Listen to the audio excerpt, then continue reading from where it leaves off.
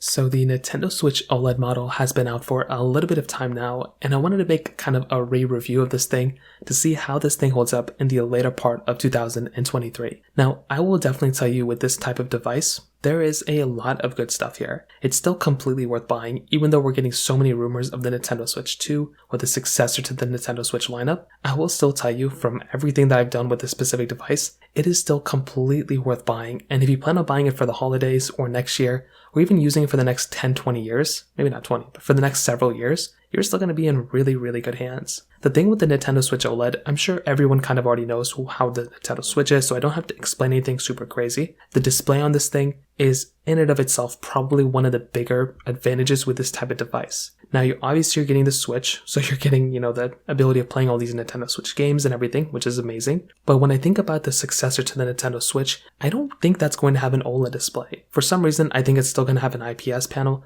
It's going to be better than this original Nintendo Switches, but I think there's going to be a reason why Nintendo is still going to sell their originals like this OLED Switch. And I think it's because this thing is going to have a better display, maybe. So that's going to be one thing to keep in mind, that this specific 7-inch OLED display on this thing is still very, very good. Now, the other thing, I've seen a lot of people talking about Nintendo Switch, specifically with the successor, the games and everything that's going to have. Of course, with the Nintendo Switch 2, that's going to have a better experience overall. It's going to give you a better, gaming library. But you have to remember, probably for the first couple years of the Nintendo Switch, the next successor, you're probably going to just seeing a bunch of ports coming over for that specific, console, as well as original titles. I will tell you, the original titles that came out for the Nintendo Switch, you are still going to have a bunch of games that you can go ahead and kind of mess with there. All the games probably that are going to be sold on the Nintendo Switch, successor, are going to be probably some of the highest selling games on the Nintendo Switch successor are probably going to be ports of the original Nintendo Switch. You look at some of the most popular games of the Nintendo Switch, some of them were available on the Wii U. So I wouldn't really worry about that,